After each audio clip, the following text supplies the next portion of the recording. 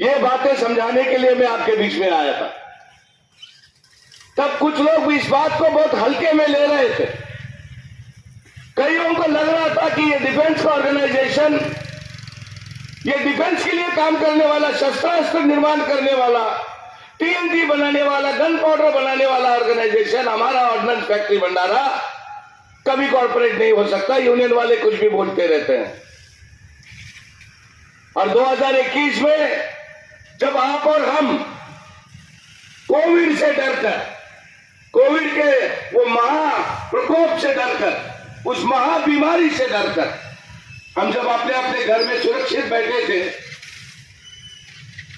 उस दिन को याद कीजिए जब निर्मला सीतारामन जी टेलीविजन पे आकर कोविड के उस काल में भारत सरकार का वो निर्णय कि भारत सरकार बहुत बड़ा निर्णय लिया है, 41 ऑर्डिनेंस फैक्ट्रीज के हमने 7 टुकड़े कर दिए, 7 निगम में परिवर्तन कर दिए। ये खुशखबर था देश के लिए, एक बहुत बुरी खबर, एक ब्लैक डे था इंडियन ऑर्डिनेंस फैक्ट्रीज के 41 ऑर्डिनेंस फैक्ट्रीज और इस फैक्ट्री में कार्यरत हर कर्मचारी के लिए। सभी लोग हताश, सभी लोग बिल्कुल परेशान। कईयों ने तो यह तक कह दिया कि अब कुछ नहीं हो सकता, अब सब खत्म, अब कॉर्पोरेट हो गया, अब हमारा नौकरी चला जाएगा, हमारा फैसिलिटी चला जाएगा, फैक्ट्री बंद हो जाएगा। ये तरह तरह की बातें फैक्ट्री में चलने लगी।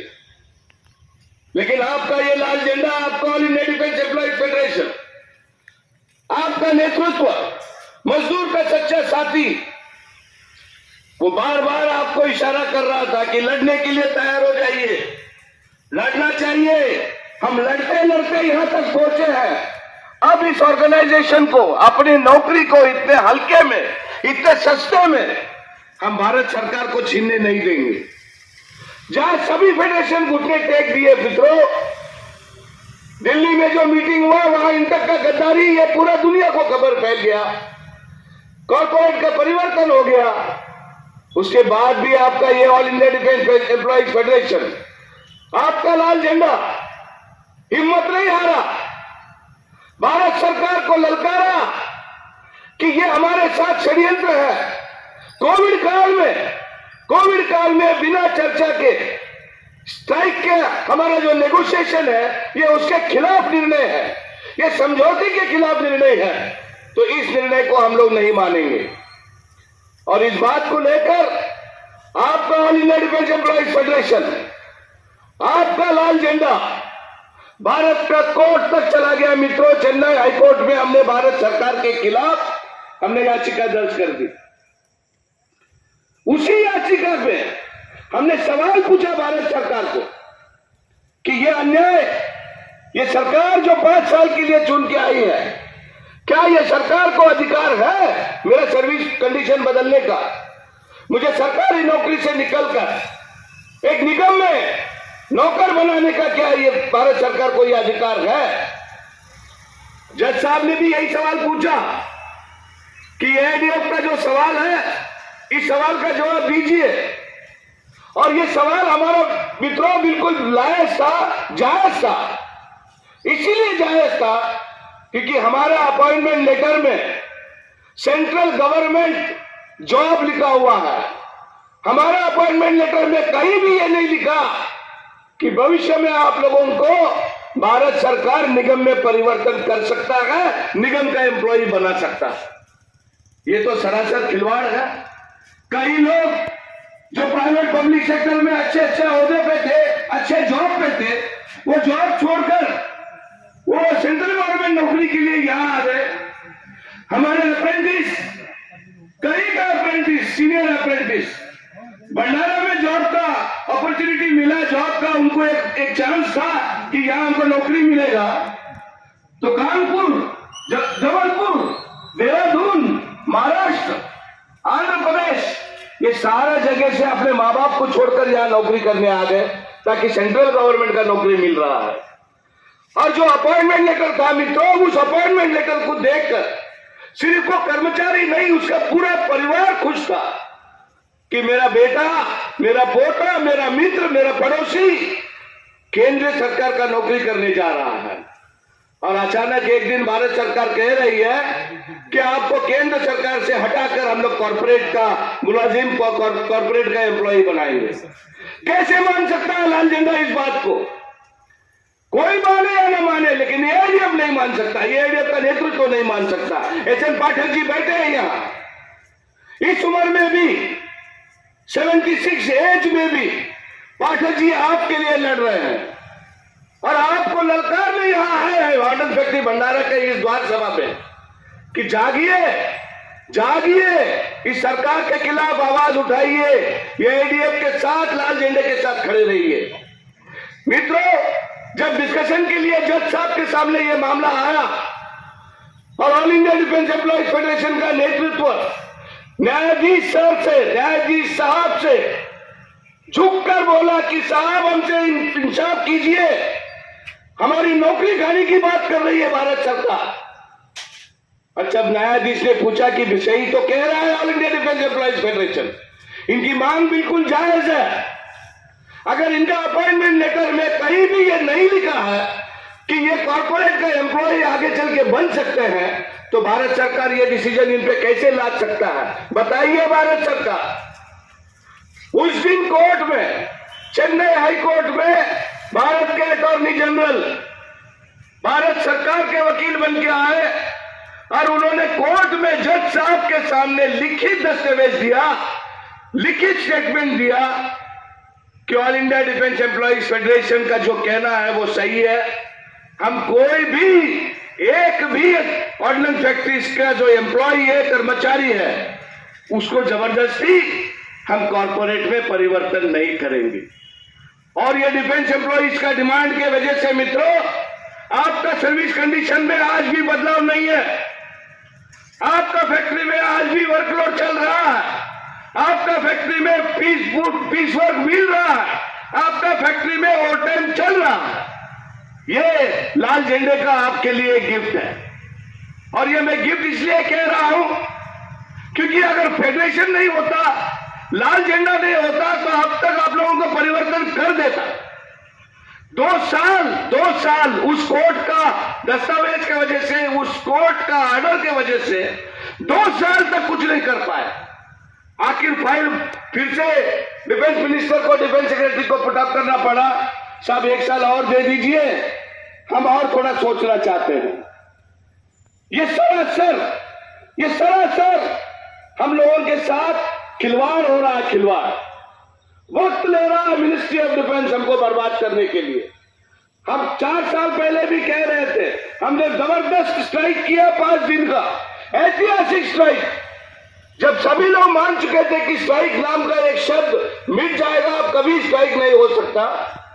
ऑर्डिनेंस फैक्ट्रीज का वर्कर ने कर दिखाया, डिफेंस सिविलियन एम्प्लॉयज कर दिखाया, 5 दिन का जबरदस्त स्ट्राइक। और आप लोग देखा उस स्ट्राइक का नतीजा, उस स्ट्राइक का जोश। क्लास 1 ऑफिसर्स अगर छोड़ दिए तो 100% सभी लोग उस स्ट्राइक में। इसका मतलब वही हमारा डिमांड है। ऑर्डिनेंस फैक्ट्री का कर्मचारी यही चाहता है कि हमको कॉर्पोरेट मंजूर नहीं है, उसके बाद भी लाते जा रहे हो, उसके बाद भी कुछ ना कुछ करते जा रहे हो।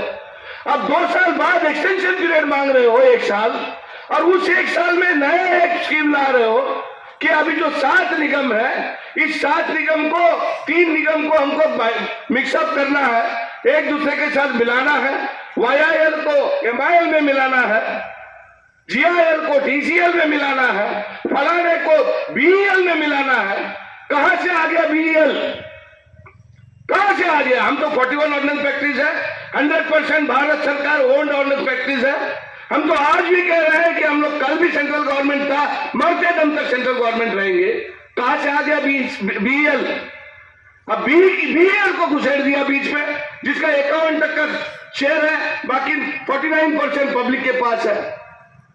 आप सोचिए मित्रों, आप लोग सब एजुकेटेड लोग हैं, जो लोग हमारा स्पीच सुन रहे हैं, जो हमारी बात जानना चाहते हैं। हम मजाक की बातें, नौटंकी करने यहां नहीं आए हैं। एक बहुत सीरियस विषय आपको लेकर, आपका फैक्ट्री को लेकर, आपका भविष्य को लेकर, आपका परिवार को लेकर कुछ समझाने आए हैं, समझ सको तो समझ लो, जान सको तो जान लो, और उसके बाद एक समझदार कर्मचारी की तरह, एक नॉलेजेबल, एक एम्प्लॉय की तरह आप अपना फैसला लेना।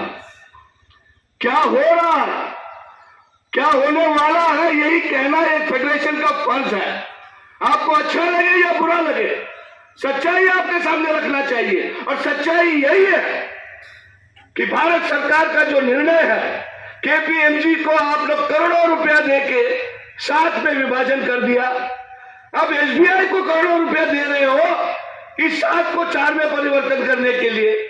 आगे किसी और को करोड़ों रुपए देंगे और उनको कहेंगे कि ये जो अभी बाकी जो बचे हैं 4 निगम, ये 4 निगम को टाटा बिरला अंबानी को कैसे देना है, उसका प्लान बताइए।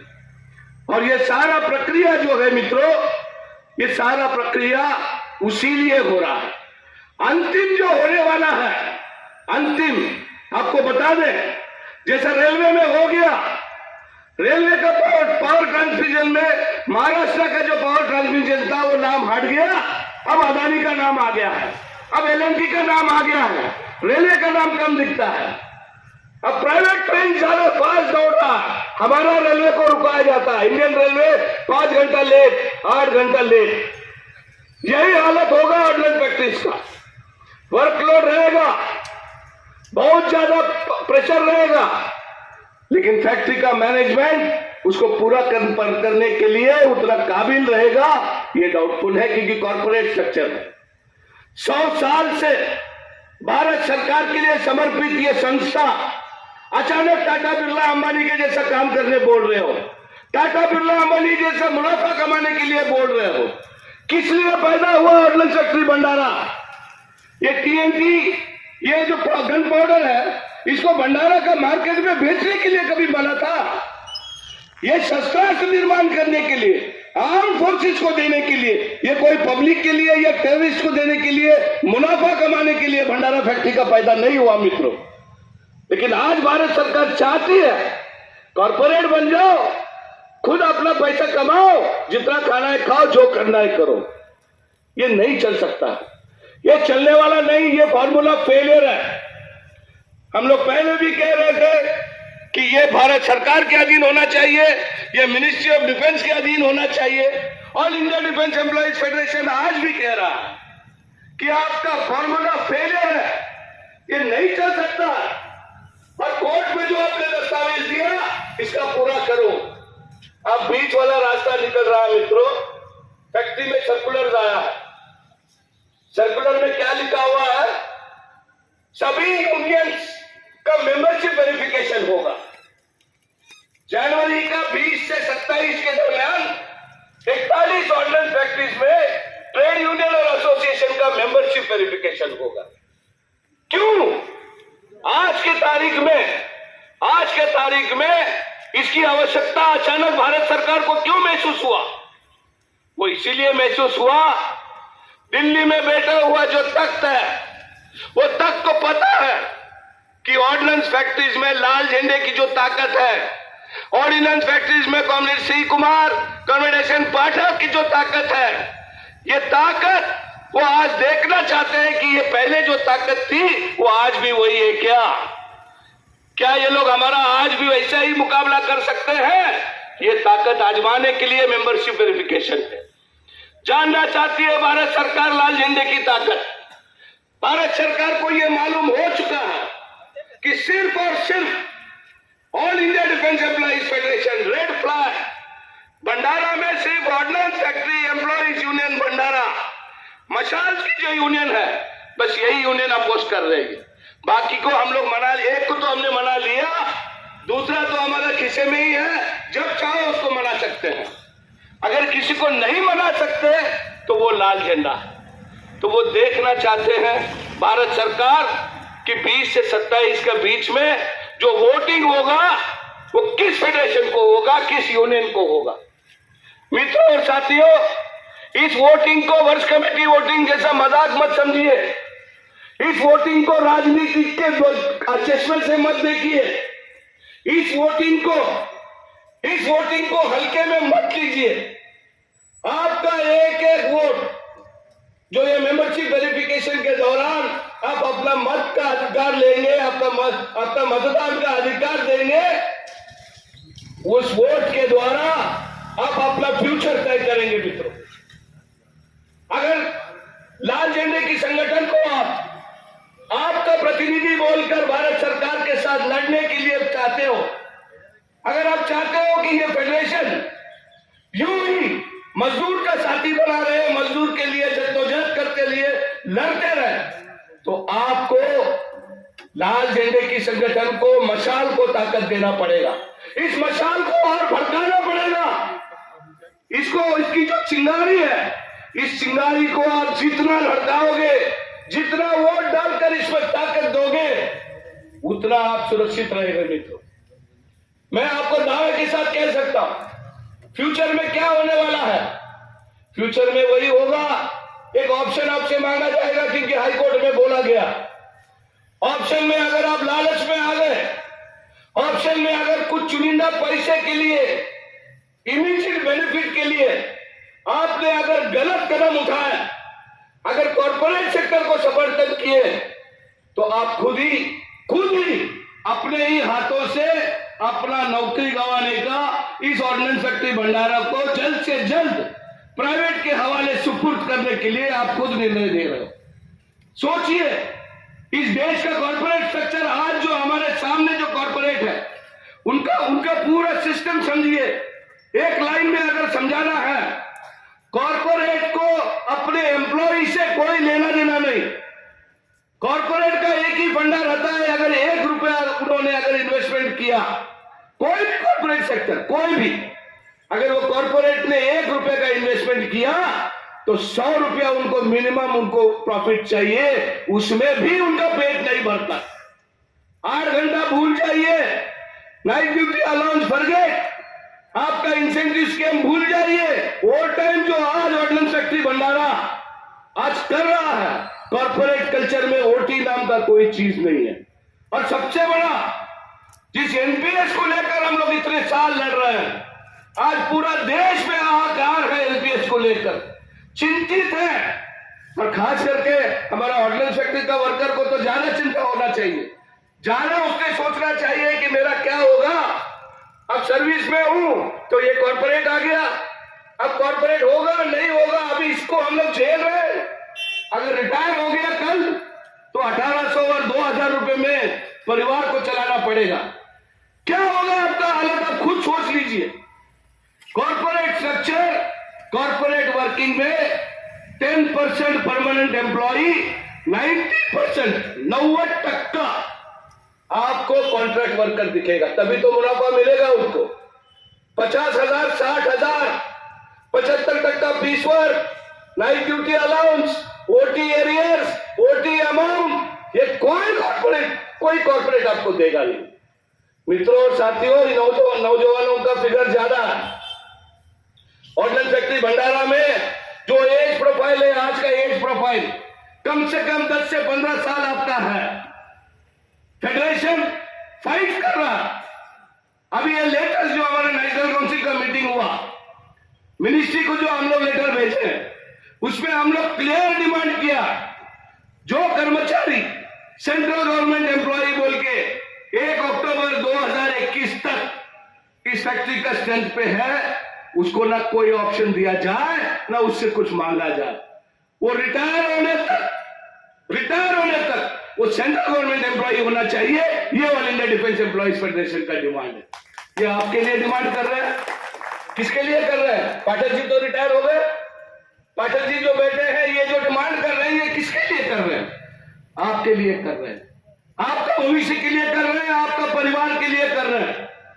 मैं आप सबको एनपीएस जैसा एक, वो तो मेरे हिसाब से भारत सरकार ने लादा हुआ हम पे एक जबरदस्ती का पाप है, पाप जो आज ये नई पीढ़ी उस पाप को झेल रहा है।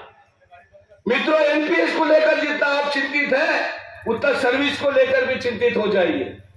जो अधिकारी वर्ग है वो ख्वाब देख रहा है कि मुझे फलाना सीएमडी मिल जाएगा, मैं डायरेक्टर एचआर हो जाऊंगा, ये रहा मेरा प्रमोशन का यादी, अब मैं आगे चल के एचपीएम से सीधा जीएम बन जाऊंगा। ये ख्वाब देख रहा है। आज का परिप्रेक्ष्य में हकीकत क्या है? सीएमडी का पोस्ट एडवर्टाइज हो गया है। वो भी प्राइवेट का आदमी, प्राइवेट का सीएमडी आके ये जगह बैठ सकता है। आपका एचआर का पोस्ट एडवर्टाइजमेंट हो गया है। डिपार्टमेंटल ऑफिसर को वो अपॉर्चुनिटी नहीं, प्राइवेट का जो होगा, बाहर का डिपार्टमेंट का जो अफसर होगा, उसके साथ एग्जाम में बैठना पड़ेगा, उसके साथ इंटरव्यू देने पड़ेगा। पहले जैसा सीनियरिटी खत्म, क्लास 1 ऑफिसर भी परेशान है। और इसीलिए कॉर्पोरेट का फाइट में, कॉर्पोरेट का जद्दोजहद में इतिहास में पहली बार क्लास 1 ऑफिसर्स भी all India defence employees federation के साथ शामिल है। वो हमारे साथ कदम से कदम मिला के हर लेटर भारत सरकार के खिलाफ जो हम लिखते हैं वो उसमें साइन करते हैं। ये आपका लाल झंडे की जीत है। जैसे एनपीएस जब हुआ, एलडीएफ आपको समझाने लगा था, तब बाकी के जो राजनीतिक फेडरेशन है ये आपके बीच में आके करोड़पति लखपति के ख्वाब आपको समझाने लगे थे। बिल्कुल उसी तरह ये जब ऑप्शन आएगा तो लिख लेना मेरे से, ऐसे ही कुछ दलाल, सरकारी दलाल आपके बीच में आएंगे और आपको एक अच्छा चित्र दिखाएंगे कि अरे भैया अभी पैसा मिल रहा है ले लो, अभी इतना इंक्रीमेंट मिल रहा है ले लो, आगे का क्या भरोसा। ऐसा बोलकर आपको गला काटने का काम करेंगे। उससे आगाह करने के लिए all India defence employees federation आया है। आप सबको हमारा एक रिक्वेस्ट है, हमारा विनंती है, मेहरबानी करके कोई लालच में मत आइए। ये नौकरी आपका है, ये ऑर्डिनेंस फैक्ट्री भंडारा आपका है, या कोई टाटा बिरला अंबानी का बोर्ड नहीं लगना चाहिए। आपके जीते जी आपकी आंखों के सामने अशोक स्तंभ उतर गया सभी गेट पर से। 41 ऑर्डिनेंस फैक्ट्रीज का मेन गेट पर अशोक स्तंभ था, भारत सरकार का वो चिन्ह जिसको बहुत रिस्पेक्ट करते हैं, बहुत इज्जत देते हैं। आज वो अशोक स्तंभ कोई गेट पे आपको नहीं दिखेगा। आज सिर्फ स्तंभ हट गया, कल नाम हट जाएगा, वो जो निगम लिखा है वो भी हट जाएगा और सिर्फ टाटा बिरला अंबानी रहेगा मित्रों। तो ये सब अगर आपको अगर पसंद है टाटा बिरला अंबानी तो जरूर जाइए उनके साथ। लेकिन अगर आपको केंद्रीय कर्मचारी बोल के रहना है, 8वां वेतन आयोग का सुविधा लेना है, इस फैक्ट्री को भारत सरकार के अधीन रखना है, तो आने वाला जो वेरिफिकेशन है, इस वेरिफिकेशन में आपको मशाल को वो ताकत देना है। मशाल चिन्ह पर वोटिंग करके सिर्फ यूनियन को नहीं, एआईडीएफ को भी ताकतवर बनाना है। ये एक नेगोशिएशन बॉडी है मित्रों, एक ऐसा फेडरेशन है जो कोई सरकार के सामने झुका नहीं। जो सरकार हमारी बात माने, मजदूर के हित में कुछ करे, उस सरकार की जय जयकार, सरकार की जिंदाबाद। जो सरकार हमारे खिलाफ सोचे, जो सरकार हमको खत्म करने की साजिश करे, जो सरकार हमारी रोजी रोटी छीने, उस सरकार का मुर्दाबाद बोलने का ताकत सिर्फ ये लाल झंडे में है और यही हम लोग करते आए। आप सबसे विनती है, आप एजुकेटेड लोग हैं, आपको सब पता है दुनिया में क्या चल रहा। ये इलेक्शन का साल है, बहुत सारे ख्वाब आपको दिए जाएंगे। उसी तरह फैक्ट्री में भी सरकार के जो दलाल है बहुत कुछ आपको समझाने का कोशिश करेंगे। अपना बुद्धि के बारे में सोचिए, एक सही फेडरेशन और लाल झंडे को अपना ताकत दीजिए। हम वचन देते हैं, अभी 70 साल 70 ईयर जैसे ये फेडरेशन आपके साथ खड़ा है, आपके लिए लड़ा है। आगे 100 साल और, आगे 100 साल और ये नई पीढ़ी, ये नई जो हमारे साथ जो नया खून है, नया जोश है, ये आपके लिए लड़ेंगे। बस इनके साथ आपको साथ में रहना है। मैं उम्मीद करता हूं कि आने वाला जो वेरिफिकेशन होगा, आप किसी भी जाति धर्म, कोई जाति धर्म नहीं, कोई जाति धर्म नहीं। लोकल यूनियन क्या करेगा? लोकल यूनियन आपके लिए यही कुछ बात करेगा। दिल्ली में कौन बात करेगा भाई? दिल्ली में तो पाठक जी ही जाएंगे, लेकिन पाठक जी को अगर आप वोट नहीं करोगे तो कहां जाएंगे बताइए? क्या आपका लोकल यूनियन जाएगा? छोटी छोटी बात समझ लीजिए, उस वक्त खिला पिला कर वोट मांगेंगे। कोई किसी को पूरा जिंदगी भर नहीं खिलाता, कोई किसी को जिंदगी भर नहीं पिलाता, अपने मतलब के लिए आपका इस्तेमाल करेंगे। तो अपना वोट मत बेचिए, आने वाला जो समय है, इस समय को समझिए, अपने परिवार के बारे में सोचिए, अपने बच्चों के बारे में सोचिए, अपना खुद का हित के बारे में सोचिए कि मेरा क्या होगा। ये फैक्ट्री है इसलिए हम हैं, ये फैक्ट्री का तनख्वाह है इसलिए घर चल रहा, ये फैक्ट्री की नौकरी है इसलिए समाज में इज्जत है। अगर ये फैक्ट्री नहीं रहेगी, यहाँ एक टाटा बिरला अंबानी आके बैठ जाएगा और मुझे एक नौकर के जैसा, एक कॉन्ट्रैक्ट वर्कर के जैसा हमसे बर्ताव करेगा, क्या आप लोग जी पाओगे? ये सारे बातें आपको सोचना पड़ेगा मित्रों। फेडरेशन आपके लिए लड़ रहा है, आपका मशाल यूनियन आपके लिए दिन रात मेहनत कर रहा है। तो आने वाला समय में उम्मीद है कि इस फैक्ट्री के जो कर्मचारी है वो पूरा ताकत, वो अपना एक एक वोट मशाल पर करके, मशाल को बहुसंख्य में 50% से ज्यादा हमारा उम्मीद है, क्योंकि यही नेगोशिएशन बॉडी बनेगा फ्यूचर में। 50% से ज्यादा आपका समर्थन अगर हमको मिला तो यकीन रखिए, इस भंडारा का दिल्ली से लेकर दिल्ली तक जैसा हिलाने का ताकत ये लाल झंडे में है, वो ताकत आपको फिर से दिखेगा। आप सबने मेरा भाषण सुना, मेरे बाद हमारे वरिष्ठ, हमारे फेडरेशन के आदरणीय पाठक जी ये अपना विचार रखेंगे, तो उनका भी विचार सुनिए और आपका फैसला जो आएगा वो सकारात्मक होगा, मशाल का फेवर में होगा। यही उम्मीद से मैं अपना वाणी को विराम दे रहा हूं। सबको लाल सलाम।